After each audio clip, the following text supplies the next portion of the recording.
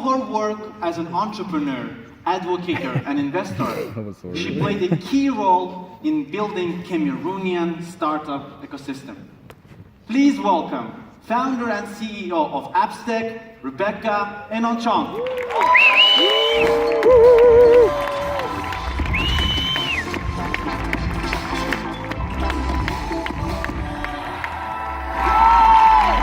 Africa's in the house! So my name is Rebecca Enonchong. As he said, and he talked about me being a founder and CEO of Appstec. I founded Appstec in 1999, so I'm a veteran entrepreneur, right? I'm a serial entrepreneur. And I started my company in the United States as an African diaspora entrepreneur. And I started the company with very little capital. It was my own capital, money saved from working over the years. And I started a company and I wanted to develop enterprise software solutions. And so here I was, a youngish woman in tech, a black woman in tech, a foreign black woman in tech. And this is America in 1999. And you can well imagine the challenges that I might have had. So what I did is I pretended that I worked for the company. I wasn't a founder, right? So I hid behind a corporate veil. So I had a really nice website set up and I copied all the big companies to, mimic the style of their website, so it would look like I was a huge company, even though it was just me. And I decided that I was going to be a global company. And I decided I was going to be a global company from day one. See, nobody told me that a woman, a black woman, an African, a foreign woman in tech couldn't build a global company. See, I didn't know that then. And so I was like, no, I'm going to be global. I'm building this global, multinational company. And it started with my website. I put it in multiple languages, right? French, English from day one. So I was global. And I'm like, okay, from then on, promote myself as a global company. And so on my business card, I had no title, right? And how many entrepreneurs are in the room? That's like 5. How many entrepreneurs are in this room? All right, so you know how it is, right? You go into a meeting and it's a customer, and you don't want them to know you're the CEO, right? So yeah, I had these cards, and I could be the salesperson, I could be the engineer, I could be back office, I could be accounting, I could be anything in front of that customer that day. I just wanted them to sign. And so many people didn't realize that behind this global company was a woman, right? And so they looked beyond, because they couldn't imagine for a million years that a woman would have owned the company in the first place, right?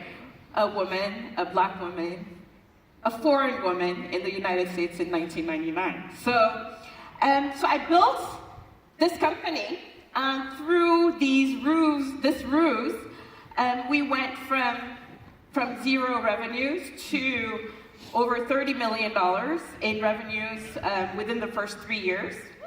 Wow.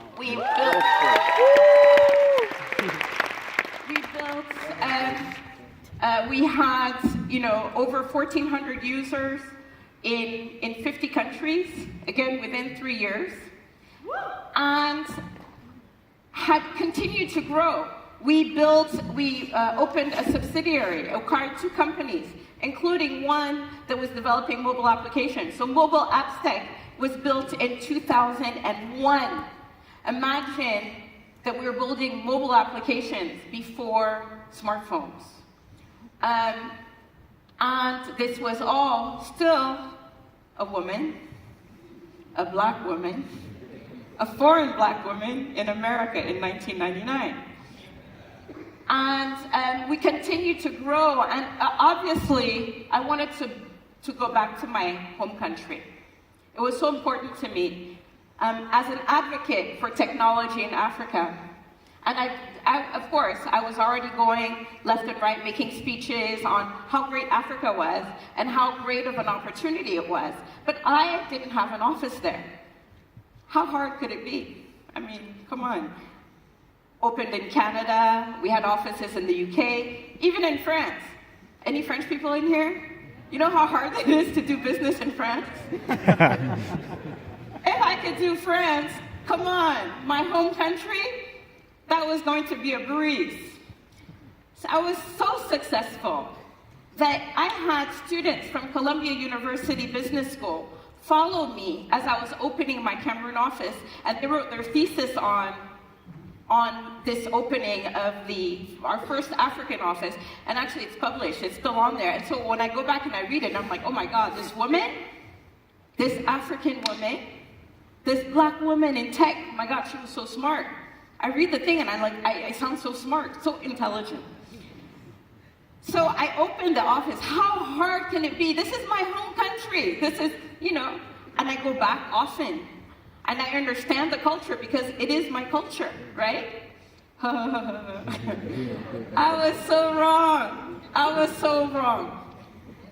One of the lessons in going into the African continent, and many of you that are in this room are from emerging markets, and has this different, it's completely different. There is no textbook that can explain to you how to do business in your own country. So I discovered the hard way, how difficult and how different it is to do business in emerging markets in Africa. I remember very early when Twitter first started, when I first started on Twitter, this was probably 2010, I remember somebody saying on Twitter that, to be an entrepreneur, you have to be crazy. And I'm like, yeah, but to be an entrepreneur in Africa, you have to be raving mad. So the challenges so what I thought was hard in building a business as a black woman in tech in America in 1999 was nothing compared to an African woman in Africa in 2004. So many different, the thing about hiding behind your business, behind a facade of a corporation, can't do that in Africa. Because in Africa, they want to know who owns the company. And they want the owner to come sit with them and sell the company. And so you can tell them that, okay, you're the owner. They're like, no. But you have to be there. Another thing that I learned about working in Africa, and this is something that I think in a lot of emerging markets, you have a similar thing. There's trust and business trust. One of the things I hadn't realized about how fast I was able to grow in America was that there's a level of trust in business. That means we carry out a project or we sell you software, you pay the bill. End of story. And then we use that money and we can reinvest it. What we noticed in Africa is that everything was prepaid, right? You prepay rent 1 year, 2 years. You prepay electricity, you prepay phone, you prepay everything because of lack of trust. And so what we thought was going to be, we give you a bill and you pay it, didn't happen. Right? And so we encountered lots and lots of challenges. And rather than being disappointed and angry, you know what we do as entrepreneurs? We take all that energy that could be negative energy and we put it into something positive. It's what I call entrepreneurial energy. And with those disappointments, with those challenges, I took those lessons and I said, what can I do so that young people behind me, entrepreneurs behind me, they can learn from my mistakes. And so we created Active Spaces, African Center for Technology, Innovation and Ventures, an incubator for startups. We created Cameroon Angels Network, a network to invest in the startups. And we started to develop and build the ecosystem, not just in Cameroon, but across the continent. Because if an African, a Black African woman in tech can succeed in America, of course, all entrepreneurs, the African entrepreneurs, can succeed across the world. Thank you very much.